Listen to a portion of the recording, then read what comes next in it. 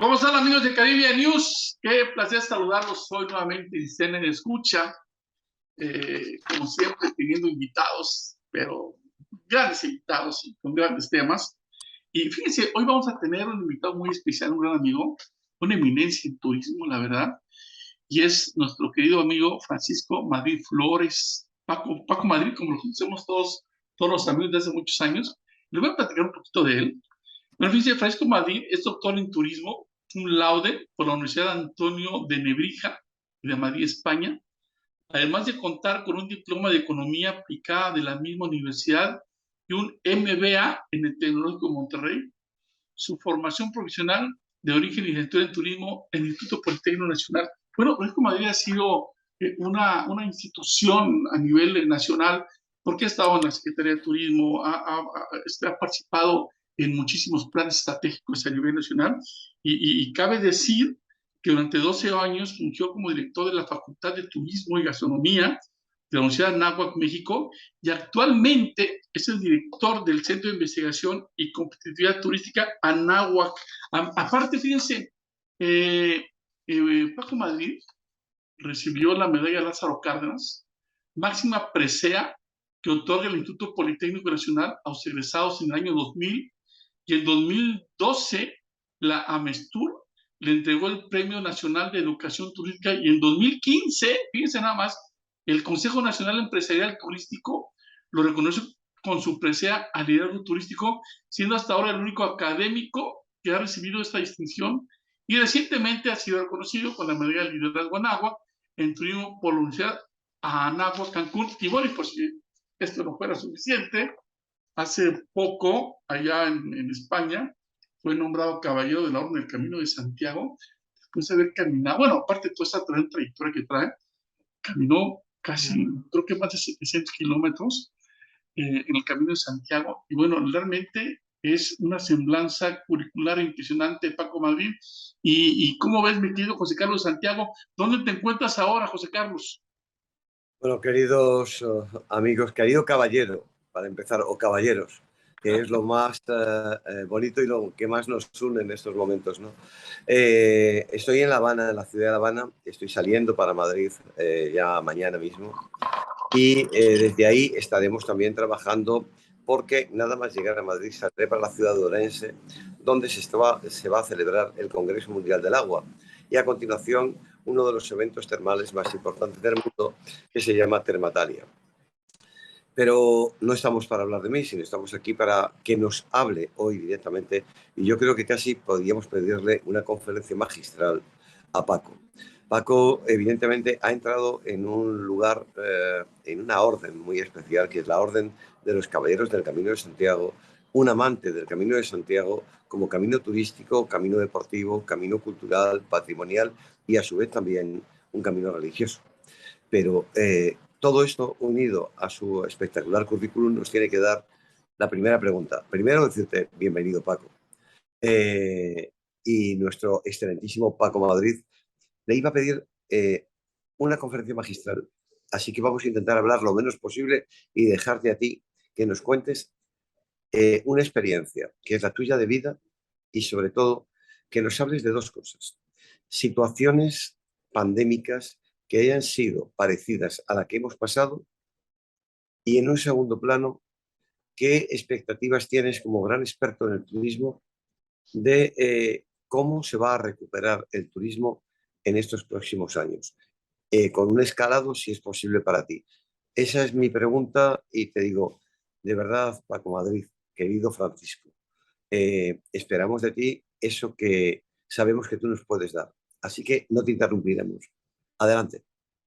José Carlos, muchas gracias por la pregunta y por la provocación para hablar. Agradezco, por supuesto, la invitación a Armando, también la presentación generosa. Le mando un abrazo afectuoso, deseando que su recuperación avance por buen camino. Y pues empezaría diciendo, si me lo permiten, que me focalizaría el tema turístico, y si hubiera tiempo en la parte final hablaré un poco de alguna experiencia personal. A propósito de las dos cosas que pones sobre la mesa, José Carlos. Primero, el efecto de la pandemia y si es posible encontrar paralelismos previos. Y segundo, qué es lo que estamos viendo hacia adelante, ¿no? Sobre el primero de los temas, a mí me cuesta trabajo todavía dimensionar lo que ha significado la pandemia para la actividad turística. Cuando se ve tan de cerca una situación como esta, y además de manera tan cotidiana, tengo la sensación de que poco a poco nos vamos, digamos, distrayendo porque la situación es tan compleja, tan complicada, que cuesta trabajo digerir, que además la memoria es una memoria de muy corto plazo y esa memoria de corto plazo nos limita de manera muy importante esta condición de sensibilizar qué ha significado todo esto.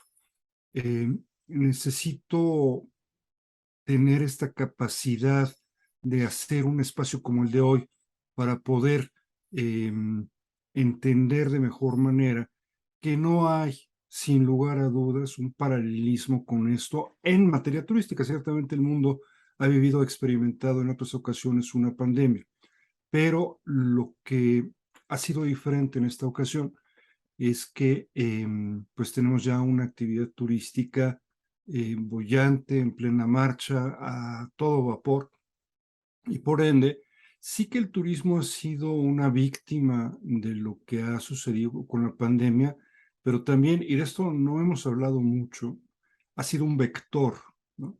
¿Por qué esta pandemia ha tenido la evolución tan rápida, tan acelerada como la que hemos visto, en donde no hay precedente?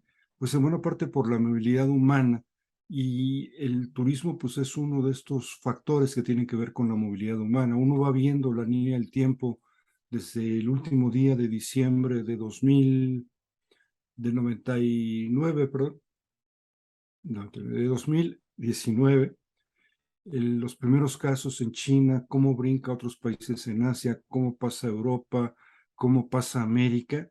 Y la verdad es que el plazo es muy corto, la propagación es vertiginosa y pues el turismo de alguna manera ahí jugó. Yo conozco el caso de José Carlos, que un poco le tocó vivirlo en tiempo real, casi a bordo de un avión. Cuando sale de España ya no puede regresar. Y esto es lo que, digamos, hemos vivido. Hay un estudio que publicó el Consejo Mundial de Viajes y Turismo justamente en 2019, donde estudia las crisis que ha enfrentado el sector turístico en este siglo. Se analizan alrededor de 90 situaciones que han afectado al turismo desde una perspectiva política, desde una perspectiva natural, fenómenos como un huracán, una crisis de salud en 2003, una crisis económica brutal con la gran recesión. Y hay muchos aprendizajes ahí. Pero eso y el revisar cómo ha evolucionado el turismo internacional medido en llegadas de turistas, que es como la OMT sabemos que lo hace, nos permite afirmar categóricamente que no hay precedente de esta situación. El turismo desde 1950 venía manteniendo una expansión muy importante. Solamente en 1981 había tenido un tropezón, y es un tropezón fuerte, pero de medio punto porcentual. Producto de una segunda crisis del petróleo. Luego nos vamos a 2001, y en 2001, ya después de tener cifras revisadas, a pesar del impacto y de los cambios estructurales que vivió la industria, medido en llegadas a turistas internacionales, el turismo no retrocedió. No es sino hasta 2003, con el SARS, que particularmente afecta a Asia, no solo Asia, también se ve muy fuerte en Canadá, que tenemos un retroceso y, digamos, una señal de que el tema de salud puede ser, digamos, de un impacto muy grande en el turismo. Un retroceso de 2%, menos de 2%, y finalmente la más grande crisis enfrentada por el turismo, derivada de la gran recesión de 2008 y 2009, en donde la contracción del movimiento turístico internacional fue de casi 4%. Fíjese lo que estoy hablando, ¿no? La peor crisis había sido 4% y era una cosa brutal. Conforme lo que nos dice OMT, la contracción en 2000 con relación a 19, tuvimos 72% menos turistas internacionales. En 2021 contra 2019, 71% menos. En lo que va de este año, los primeros 5 meses, todavía más de 50%, aunque ciertamente la cosa está cambiando. En términos de impacto en el empleo, se perdieron 60 millones de empleos entre 2020 y 2019. Por cierto, una parte muy importante de ellos todavía no se recupera y yo creo que eso hay que retomarlo en el turismo que vendrá. Y luego el impacto económico en la valoración de los flujos turísticos, solo por el componente internacional, es de 2.2 billones de dólares, como vimos en el mundo hispanoparlante, 2.2 trillones de dólares, como se mide en Estados Unidos. Es decir, no hay precedente. Cierto, el turismo es una actividad estructuralmente sólida y con una gran capacidad de respuesta, con una gran velocidad de respuesta, y estamos viendo cómo paulatinamente esta se está, digamos, haciendo más clara, está tomando más fuerza. Todavía tendremos este año, al cierre del año, un saldo negativo en comparación con 2019, porque la primera parte del año, digamos, va a recuperar los datos para abajo. Yo veo una coincidencia muy fuerte entre la actividad tuya y la actividad de Rico Madrid, que es la gastronomía. Tú como vicepresidente de la Academia de Gastronomía Iberoamericana de Gastronomía y como prácticamente director de la carrera de gastronomía en la Universidad de Anáhuac, creo que hay una coincidencia muy importante y yo creo que debería aprovecharse tanto en la Cicotur como en todas las actividades que realizamos de manera paralela, ¿no, José Carlos? Bueno, tú puedes ver que en principio yo tengo hoy detrás de mí precisamente la pantalla de Asicotur. Y eso es uno de los temas que nos tiene que marcar el trabajo que estamos realizando para la cooperación internacional, que es uno de los puntos más elementales en el trabajo solidario que nosotros representamos, ¿no? La Claro, Asociación Internacional para la Cooperación Turística, Asicotur, que preside Alejandro Rubín, mantiene un trabajo permanente tanto en la gestión de rutas y promoción turística como en todo lo que tiene que ver también con el mundo de la gastronomía o de la gestión. O sea, en estos días estaremos en Argentina, tanto en Buenos Aires como en Tucumán, presentando y preparando unas conferencias sobre la promoción y el plan turístico en un destino como es Tucumán. Así que tienes mucha razón. Lo que Francisco Madrid, Paco Madrid, está realizando es, o tiene como profesor en la Anáhuac, que sería bonito también que nos explique qué significa Anáhuac, porque obviamente muchas veces son nombres que nos suenan un poco extraños, los que no somos mexicanos, pero que tienen una connotación histórica anterior muy importante. Entonces sí que claro. creo que nos tiene que alimentar, pero yo pienso que es muy importante que desde un punto de vista de un profesor, de un experto en turismo, no es un teórico, es un hombre práctico, que ha sido director de turismo interior en México, un país que es más grande que, bueno, que gran parte de los países de Iberoamérica juntos.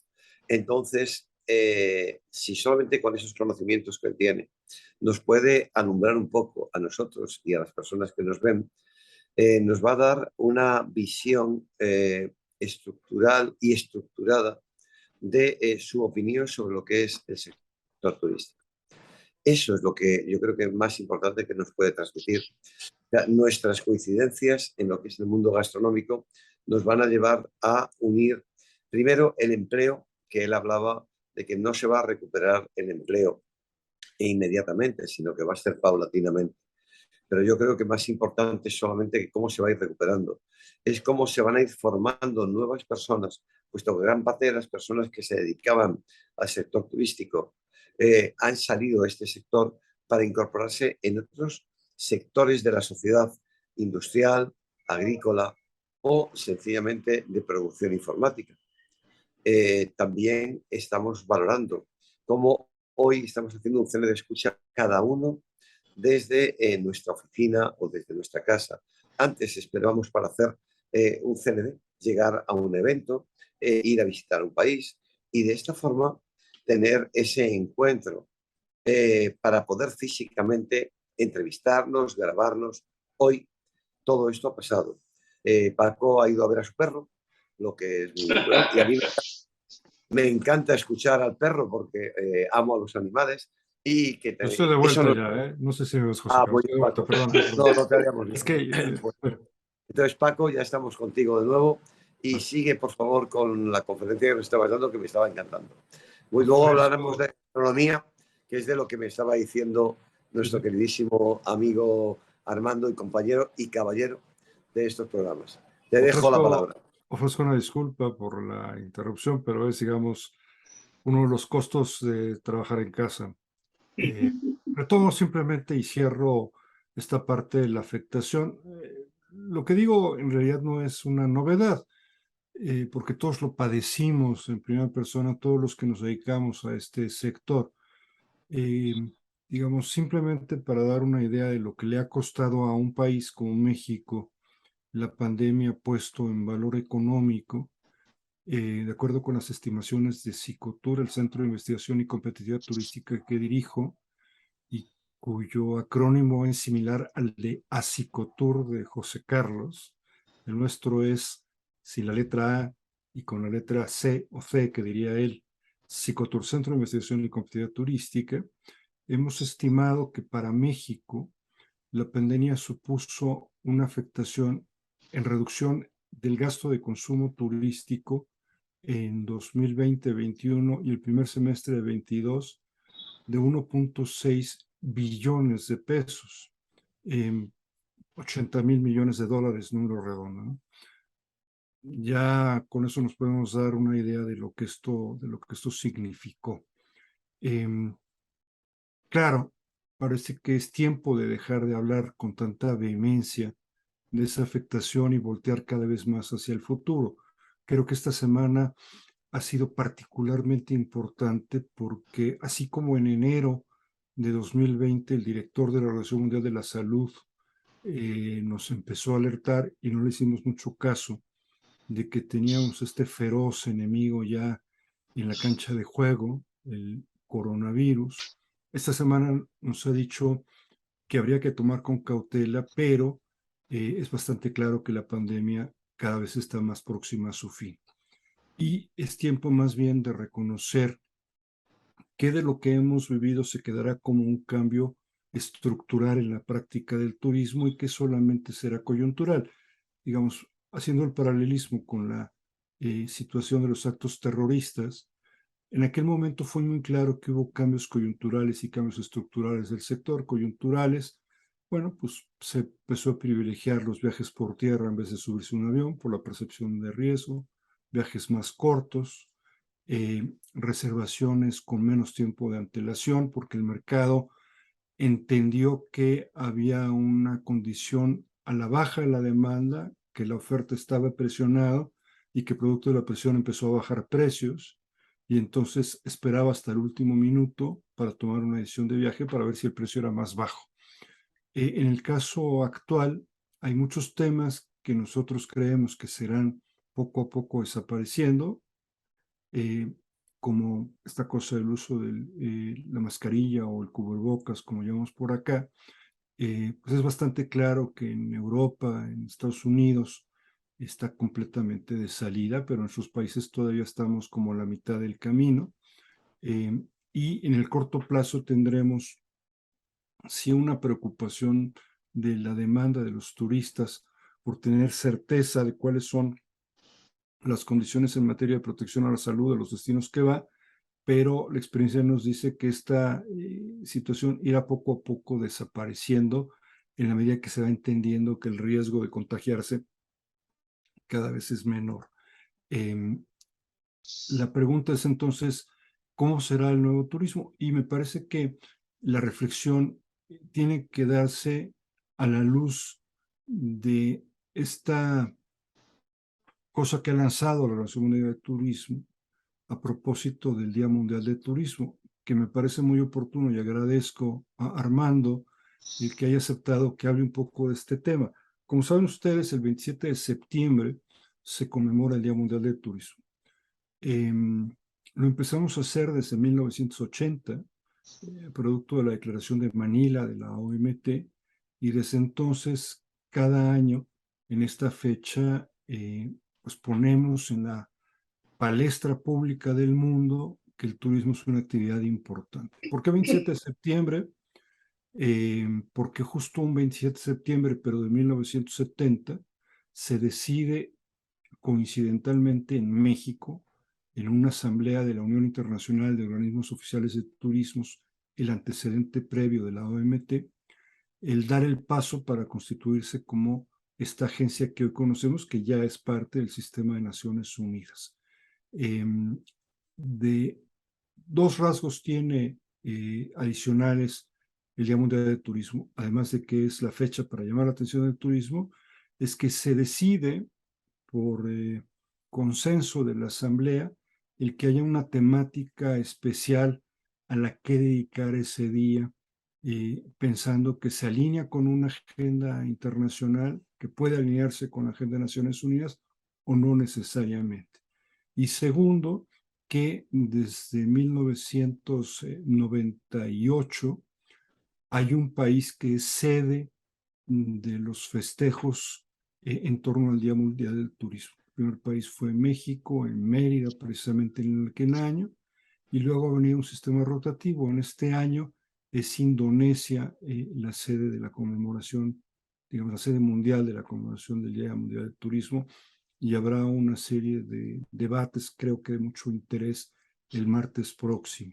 El otro pues, punto que vale la pena señalar es que este año el lema escogido es repensar el turismo. Yo siempre he tenido, digamos, un poco de incomodidad cuando empezamos a vivir la pandemia, se empieza a hablar de la nueva normalidad, no solo del turismo, de la nueva normalidad. Estamos viviendo una nueva normalidad y yo francamente creo que este es un concepto equivocado. Yo creo que vivimos la nueva anormalidad, porque que alguien me diga que es normal para el ser humano circular, quedarse en casa, que es normal para el ser humano ponerse una mascarilla, que es normal evitar el contacto con otras personas, pues me parece que no es lo correcto. Esa nueva normalidad empieza a estar a su fin y entonces sí que vamos a empezar a poder hablar de la nueva normalidad del turismo. La nueva normalidad estará alineada con esos cambios estructurales que vivirá el sector. Los cambios empiezan a mostrar cara, pero yo creo que no por completo. He escuchado en los últimos 2 años cualquier cantidad de hipótesis sobre el tema, desde la desaparición de las ferias internacionales por ser un modelo de negocios en desuso, el que las personas ya no querrán viajar a convivir con otras personas por miedo al contagio y entonces el turismo masivo, que sigue siendo el ancla sobre la que el turismo en el mundo está sostenida, también está condenado a desaparecer. Por cierto, desde los años 90 del siglo pasado, escucho con mucha frecuencia esta idea, no, el turismo masivo ya no va a funcionar, las personas quieren una experiencia más personal, más individual, mucho más activa, menos contemplativa, y pues se decretó prácticamente el que el turismo estaba condenado a desaparecer en esta faceta del turismo masivo. Mi primera reflexión, digamos, de fondo sobre lo que vendrá a pasar por lo menos en los próximos 10 años es que el cadáver goza de espléndida salud. Todas las señales nos hablan de una recuperación acelerada a un ritmo brutal basada en el turismo masivo, basada en el turismo sol y playa. Ilustro con algunos ejemplos. Los 3 aeropuertos mexicanos que reciben 2/3 partes de todos los pasajeros internacionales, de todos los turistas internacionales, son el aeropuerto de Cancún, el aeropuerto de Los Cabos y el aeropuerto de Vallarta. Los 3 son destinos, alimentan destinos de sol y playa. Cancún, la Riviera Maya, la zona de Puerto Morelos, la zona nueva Costa Mujeres. Puerto Vallarta, 2 destinos, Puerto Vallarta y la Riviera Nayarit, Los Cabos. Y entonces, pues alguien me tendría que explicar que eso no es turismo masivo, que los 130,000 habitaciones que hay en el Caribe mexicano, las 100,000 que hay en Punta Cana, mal contadas, pues están basadas en eso.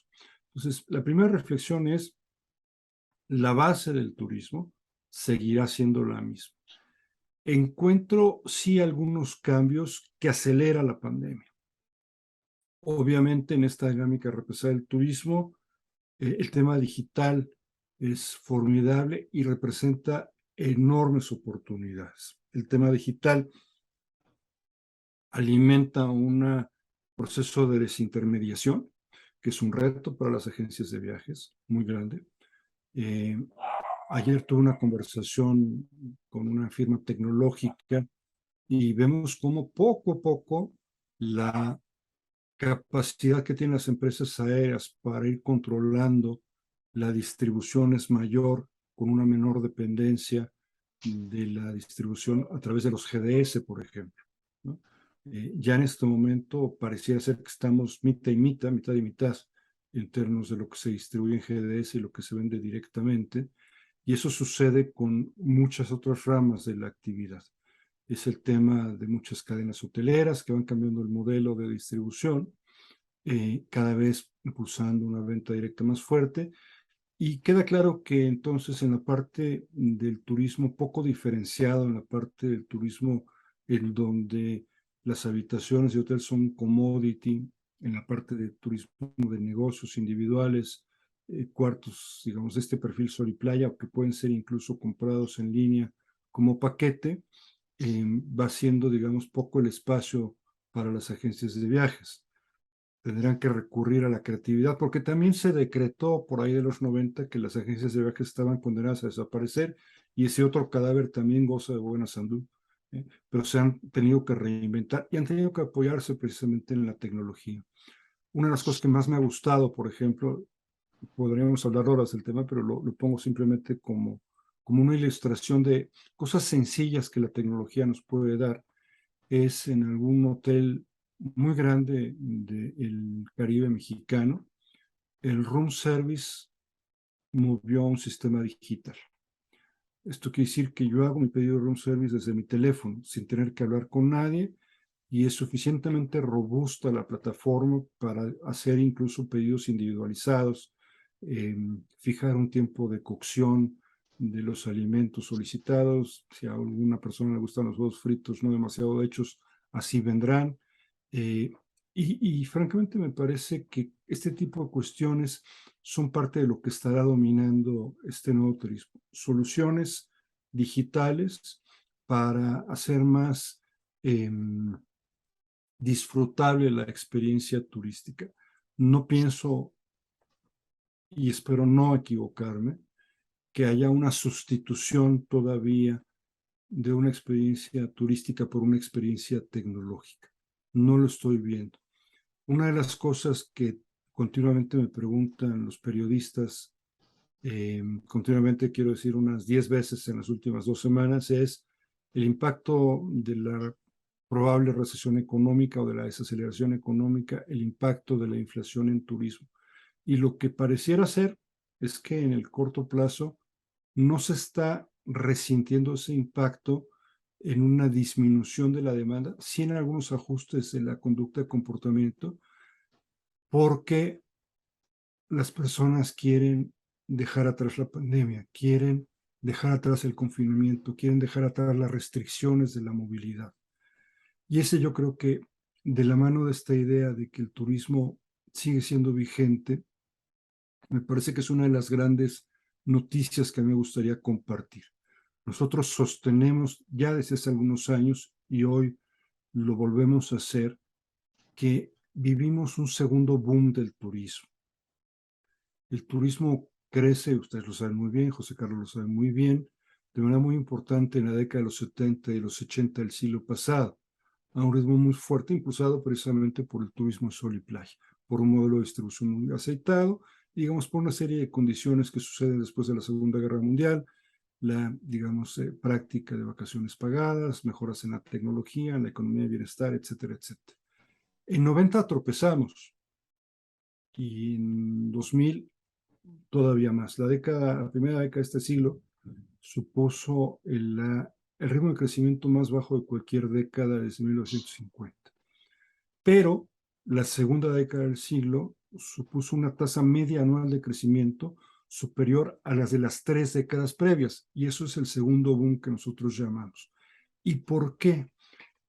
Lo que nosotros estamos convencidos, y eso es finalmente lo que creemos que debe guiar este repensamiento del turismo, es un concepto sencillo, y ustedes me van a decir, siempre lo había pensado así, pero les pido por favor que hagamos una reflexión a partir de la propuesta. ¿Cuál es el concepto sencillo?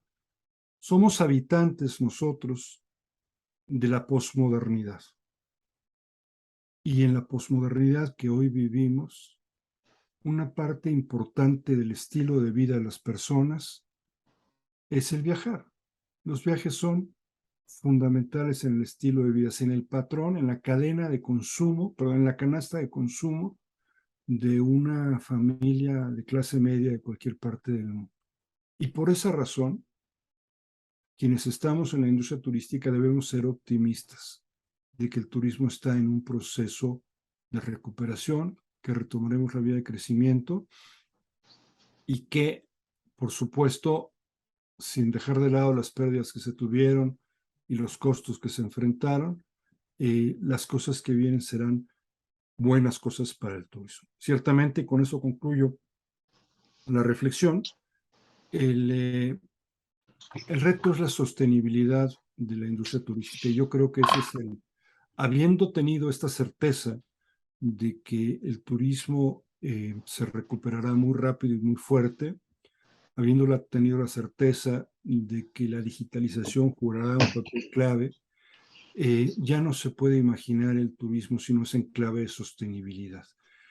Pero el reto no es decir esto, porque eso lo venimos diciendo hace muchos años. El reto es justamente aterrizar estas cosas. Ayer yo imparto una clase en nuestro programa de doctorado de la Universidad de Anáhuac de Cancún, programa que por cierto tiene un buen número de estudiantes dominicanos, estudiantes colombianos, estudiantes de Ecuador, además de mexicanos. El debate fue ese, o sea, es que todo el mundo lo tiene claro. Les puse algunos mensajes de líderes políticos en torno al tema sostenible, desde algunos en aquel momento de la cumbre de Río de 92, mensajes claridosos, más allá de ideologías, por ejemplo, el que en ese momento hace Fidel Castro, el que en ese momento hace el Dalai Lama, en posteriores eventos de corte global sobre sostenibilidad, un mensaje del presidente Obama, un mensaje del Papa Francisco, estos mensajes duros de Leonardo DiCaprio en la Asamblea de Naciones Unidas, de esta chica sueca Greta, que es durísimo y no pasan grandes cosas. Y tenemos ahí la amenaza de cambio climático como una de las más desafiantes pues, de la historia de la humanidad. Entonces, no solo en el tema ambiental, no solo en el tema climático, el sector tiene que ser y adoptar prácticas mucho más sostenibles. No solo mirando a la ventana ambiental, sino también, por supuesto, a la parte social. Cicotur, este centro que tengo el privilegio de dirigir, tiene puesto mucho la mirada en la parte social del turismo. Hemos hecho publicaciones, por cierto, los invito a visitar la página de Cicotur, hay mucho material disponible. Hicimos una publicación donde presentamos todo lo que el turismo le deja a México como muestra en la parte social. el turismo es una actividad que da más empleo a los jóvenes que ninguna otra actividad en México.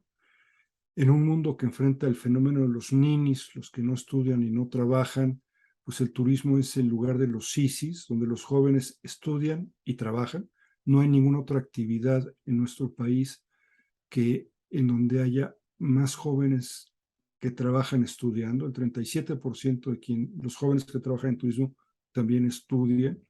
Y bueno, pues me puedo seguir hablando de los temas. Creo que sería el momento de ir cerrando esta reflexión, abriendo un espacio para algún comentario y simplemente agregar esta historia personal a propósito de lo que se hablaba.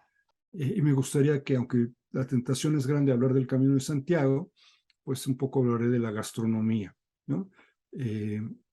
Fíjense que ya con una razón de afición personal, como muchos de nosotros, obviamente, estoy atrapado en el tema gastronómico. Y mi gran preocupación a propósito de ello es cómo se ha desgastado, como muchos otros temas, la connotación de gastronomía, que en el pasado estaba reservado para una cierta parte de los servicios de alimentación, y hoy todo es gastronomía. Desde los puestos callejeros más básicos, pues es una muestra de gastronomía callejera. En fin, debo detenerme porque, insisto, es muy fácil perderse en estas disquisiciones, aprovechando la generosidad de los anfitriones y de quienes hoy nos están Paco, siguiendo a través de esta transmisión. tu educación, tu gestión y tu conocimiento realmente nos sorprende y ha sido muy agradable. Sí es verdad que podemos hablar de gastronomía y a mí me gustaría hablar de gastronomía desde el punto de vista mexicano. Como sabes, hace 2 semanas declaramos la ciudad de Puebla capital de la cultura gastronómica de Iberoamérica. Hace 8 años aproximadamente fue, quizá un poquito más, 9 años, fue Guanajuato como estado el que fue declarado capital de la cultura gastronómica de Iberoamérica.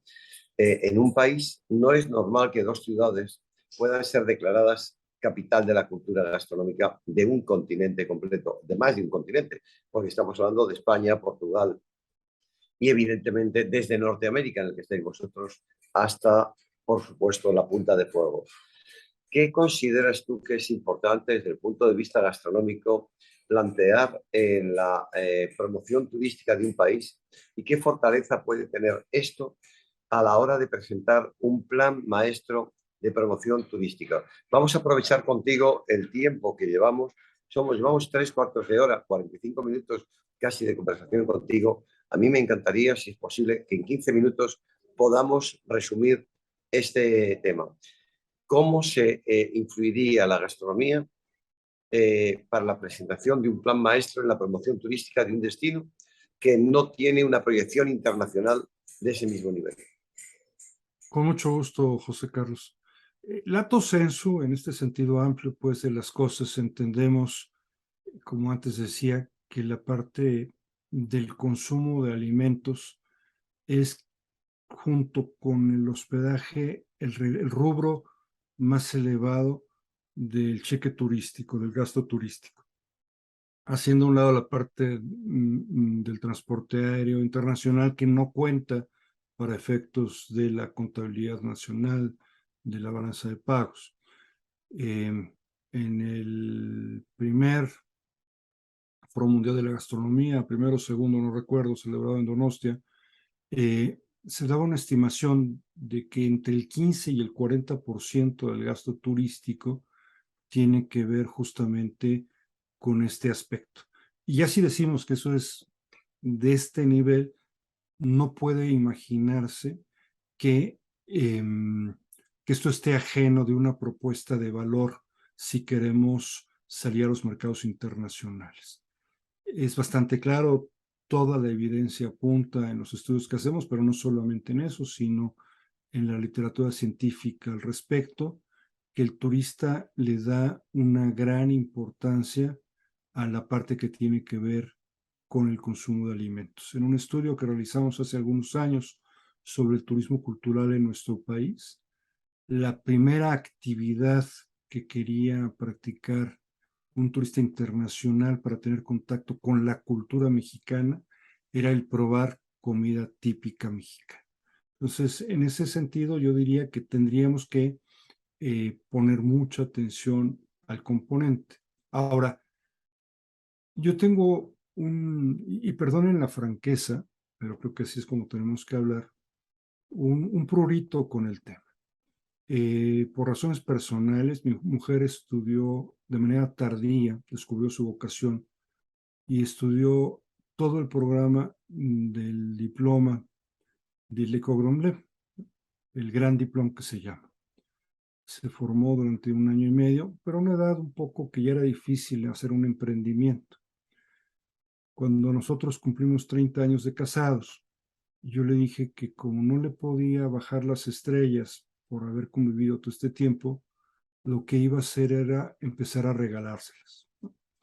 Y la manera de hacerlo fue viajando por el mundo a lugares, digamos, excepcionales, y parte de esa excepcionalidad, excepcional es el terreno gastronómico, quiero decir, y parte de esa excepcionalidad estaba conferida por tener los restaurantes con una calificación de estrellas Michelin, ¿no?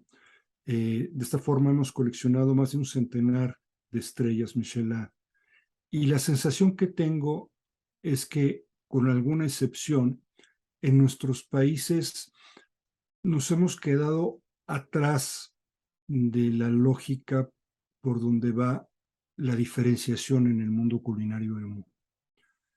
Estamos muy aferrados al pasado y no acabamos de entender que eso está bien, pero que no es suficiente. Hace unos 5 años me invitó a conversar la Academia aquí en México de Gastronomía y el Conservatorio Gastronómico Mexicano, y justo les hacía esta reflexión, porque creo, estoy convencido, que nos falta sofisticación.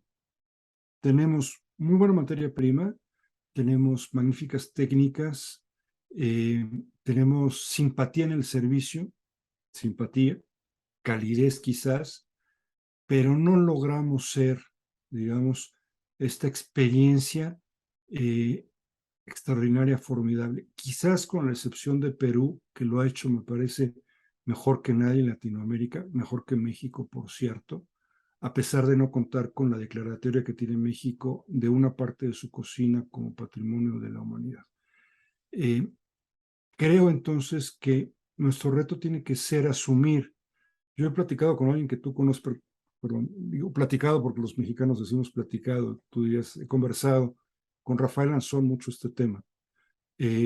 Y es claro que nos hace falta este brinco de la cocina a la alta cocina. Esto que lograron hacer ustedes en España a partir, pues, de muchas cosas, de la presencia de Ferran Adrià, de la presencia de los chefs vascos, que algunos en México lo vienen empujando y hay que reconocerlo, lo están haciendo bien, pero me parece que no logramos todavía acabar con este punto. Todavía estamos en esta parte muy básica. Es cierto, tú tienes que partir de lo que tienes. Cuando la guía Michelin llega, si mal no recuerdo, a Singapur y en Tailandia también, hay algunos locales de cocina callejera que alcanzan una estrella, ¿no? De manera excepcional. Bueno, se puede, pero no puede ser esa solo la base. Ahora, ¿por qué tanto fervor para hablar de este tema? Porque yo pienso, como en muchos otros temas del turismo, que class leads the mass, ¿no? Cuando la gente rica, famosa, estos líderes de opinión, empiezan a tomar decisiones de viaje, son seguidos por el resto de las personas. Nos ha pasado muchas veces en la historia, y eso es lo que no alcanza a pasar, me parece a mí, con la oferta todavía, por lo menos de nuestro país. Tengo la impresión también de que algunas de las referencias gastronómicas, no las voy a mencionar, pero que tienen más visibilidad, no necesariamente tienen sustento, ¿no? Cuando yo observo algunas de estas listas de los mejores restaurantes del mundo, francamente tengo muchas dudas de que no haya algunos otros intereses atrás de ellas. Creo, en resumen, José Carlos, que no se puede pensar en una estrategia turística de promoción internacional que no incorpore la gastronomía como parte de la propuesta. Pero para que tenga sentido, esa gastronomía tiene que estar bien diferenciada. Y para además estar bien diferenciada, es una gastronomía que realmente tiene que ofrecer una experiencia singular.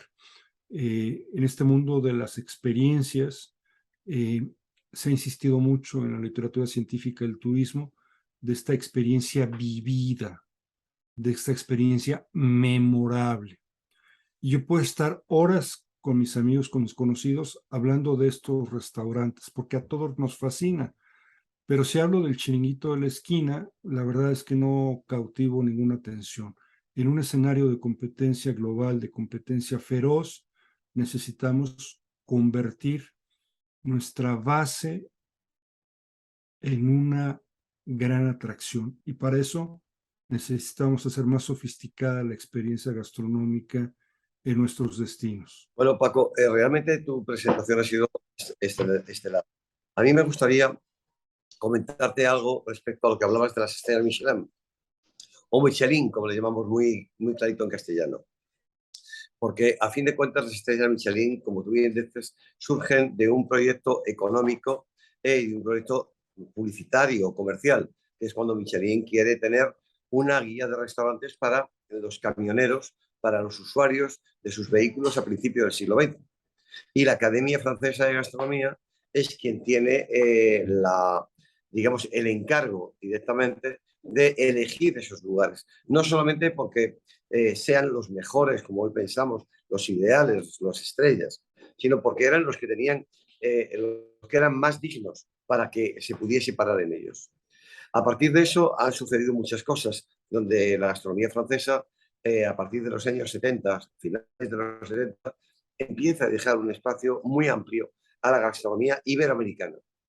Rafael Ansón, como tú bien decías, es uno de los promotores y siendo miembro y presidente de la Academia Internacional de Gastronomía, apoya para que la gastronomía española y los cocineros españoles, porque jefes de cocinas hay muchos, y utilicemos cada palabra adecuada, aunque lo reconozcan las academias de la lengua. No nos olvidemos que cocinero viene de cocinas y de la cocina es donde se hace nuestra comida. Por lo tanto, obviamente, entiendo que utilizar los hispanoparlantes las palabras adecuadas para definir a nuestras profesiones o oficios es una de las obligaciones que tenemos los que amamos nuestra lengua por encima de otras muchas cosas. Si tú me dices que en náhuatl cocinero se llama, no sé cómo, no, realmente no lo conozco, pero tiene un nombre, es posible que en un restaurante mexicano puedas decir que el cocinero en náhuatl es la persona que ha preparado esos platos maravillosos.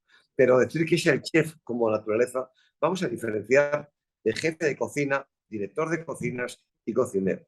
Y luego, lo de la guía Michelin es otro tema más, es para auténticos conocedores que a su vez tienen un gran poder adquisitivo y que tienen una referencia de cómo se puede tipificar o clasificar. Pero no olvidemos que dentro de todo esto había un valor comercial importante y un valor de marca que Francia supo hacer y que los demás países, incluido España, México, no lo hicieron igual. La cocina francesa desde el siglo XVII es una cocina que no podía faltar en ninguna embajada de cualquier país del mundo, porque evidentemente era la lengua más rica, era la cocina más sofisticada y la que realmente envenenaba a más personas porque las salsas tapaban al pescado podrido o a las ostras en malas condiciones y así se morían todos los días. Hoy una cocina sana como la cocina mediterránea, una cocina sana como la cocina de proteínas que tiene México, nos alienta a conocer más. No olvidemos que los 50 Best, tú decías las relaciones, que hay problemas, claro, hay una marca de agua que está sponsorizando evidentemente los 50 Best, que tiene que haber intereses como en todas las cosas, pero no nos olvidemos que ya no solamente son restaurantes franceses o esos que tenían una tendencia francesa, las que podían tener una estrella Michelin, que hoy, dentro de los 50 restaurantes más importantes del mundo, Hay 16 restaurantes que son iberoamericanos, bien portugueses o bien españoles. O sea, que una persona que quiera visitar un gran restaurante en el mundo, de cada uno de los 3 restaurantes que están dentro de esa lista de los 50, se habla español o se habla portugués. Por lo tanto, tenemos un nuevo cambio en el concepto. Y esa es una presentación o una discusión que podríamos tener muy larga, pero como realmente en el tiempo de hoy, en nuestra entrevista, nos hemos excedido solamente por, en este momento, casi 30 minutos, pero que lo estamos haciendo tan tranquilos y después de expresarte esta opinión, sí te pediría una cosa. Tú que eres profesor de doctorados, tú que eres un hombre gastronómicamente súper formado, que turísticamente eres uno de los hombres más conocedores del turismo interno de tu país, pero también del turismo externo. ¿Qué te parece la inclusión de las palabras en lengua española como palabras importantes? Jefe de sala, cantinero, cocinero, jefe de cocina, que son una de las hostelero con C, con O. Y evidentemente, como tenemos que valorarlo, ¿no te parece que también tenemos que pensar directamente que nuestra gastronomía tiene que estar unida a nuestras raíces, a nuestras palabras? En el estado de Tlaxcala he estado hace escasamente 2 semanas y he mostrado a mis amigos cómo la cocina de proteínas, la cocina de insectos, es una de las cocinas más valoradas en ese estado. El gusano del agave, el alacrán, las cochinillas, los escamoles, las hormigas, los grillos, eh, los saltamontes, para que nos entendamos todos en las palabras, son un plato sobre una pizza o sobre cualquier menú. Hay muchas personas que se horrorizan porque no los han probado nunca. Pero, ¿qué te diría yo y qué tú nos puedes decir de la autenticidad de cada una de estas cocinas? Y ya, perdona que mi expresión sea larga, pero en los 5 minutos que nos quedan, tú me podrías decir una frase mágica que nos defina. En este momento se han perdido muchísimos, pero muchísimos puestos de trabajo en el sector turístico mundial. Pero lo más grave no es que no haya empleo para muchos de esos en esta recuperación, es que las personas que trabajaban en el sector han buscado, como decíamos antes, su espacio, su sustento en otros sectores y no están regresando a él. ¿Qué crees que se debería hacer en estos momentos para poder formar nuevas personas y recuperar a las personas que se han perdido? Yo sé que es una pregunta difícil, pero es la pregunta que me toca hacerte. No, la pregunta es muy fácil, la respuesta es muy difícil. Lo que yo, a ver, empiezo por este lado, porque esa es una discusión que me parece que tenemos que poner sobre la mesa, ¿no? Otra vez, el Consejo Mundial de Viajes y Turismo publicó hace un mes un reporte bien, me parece parcial, sobre el tema, bien porque pone sobre la mesa el que en un momento ya de recuperación bastante acelerado, en Europa, en Italia, por ejemplo, 1 de cada 6 posiciones de trabajo no se ha podido recuperar, como dices tú, no porque no haya la disponibilidad del empleo, sino porque no hay la persona para ocuparlo eso. En España es, me parece, 1 de cada 8, en el conjunto de Europa es 1 de cada 11, en Estados Unidos 1 de cada 15. Aquí en México, la situación del Caribe mexicana es sorprendente, porque si tú caminas por el bulevar hotelero, por el bulevar Cuculcán, te encontrarás en cada hotel un letrero con avisos de posiciones disponibles. Hay un gran problema, un solo grupo hotelero en este momento tiene 1,000 posiciones disponibles, ¿no? Y eso tiene que ver con lo que tú dices, con que a la situación que nos lleva a la crisis, las personas tienen que migrar a otras actividades productivas y no necesariamente están regresando. Y segundo, en el caso de los destinos turísticos mexicanos como los del Caribe mexicano, a que la gente originalmente venía de otros lugares y se regresaron a su lugar de residencia en la pandemia y encontraron una actividad productiva. Me parece que no hay una solución fácil. Lo que tenemos que hacer es hablar y discutir el tema. En algunas universidades estamos viendo que hay menos interés de los jóvenes por estudiar estas profesiones. Y ese también me parece un mensaje muy fuerte. Y algunas personas dicen que hay una percepción entre los millennials y ahora entre los centennials de que el trabajo en turismo es un trabajo muy duro y que por eso no necesariamente quieren venir a él. Hoy conozco 2 casos puntuales de 2 firmas internacionales muy importantes que están empezando a adoptar prácticas diferentes para tratar de retener al personal con talento. La primera es, en México, la semana laboral por ley es de 48 horas. Un grupo internacional está migrando de 48 a 40 horas. Y un segundo grupo internacional que tiene raíces en México, en el Caribe, en Centroamérica, pero también ya en España y en algunos otros lugares del Mediterráneo. De esas 48 horas, lo que han pactado con los empleados es que los empleados decidan cómo distribuirlas en 5 días hábiles. O sea, no se reduce la jornada de trabajo, pero ya no tienes que ir 6 días a la semana y parece que los empleados lo han tomado muy bien. Son solamente una muestra, lo que te quiero decir, y lo estamos haciendo aquí en México, el Consejo Nacional Empresarial Turístico y Ciclotour, es abrir la discusión, entender mejor lo que está pasando, ir con los jóvenes. Tenemos una tesis doctoral en Quintana Roo precisamente para entender qué está pensando el joven, que podría ser un profesional de nuestra hospitalidad. Insisto, no hay una respuesta sencilla al tema, José Carlos. Y concluyo con la primera parte de la pregunta en un minuto. Lo que dices me da pie justo a esta parte de la sofisticación. Yo creo que tenemos en la cocina excelentes y extraordinarios representantes en nuestra región, pero probablemente la falla está en la sala, ¿no? En general no hay, digamos, práctica de tener jefes de sala, directores de sala en los restaurantes latinoamericanos o del Caribe. Eso es más bien excepcional. Y eso me parece que contribuye a la falta de sofisticación.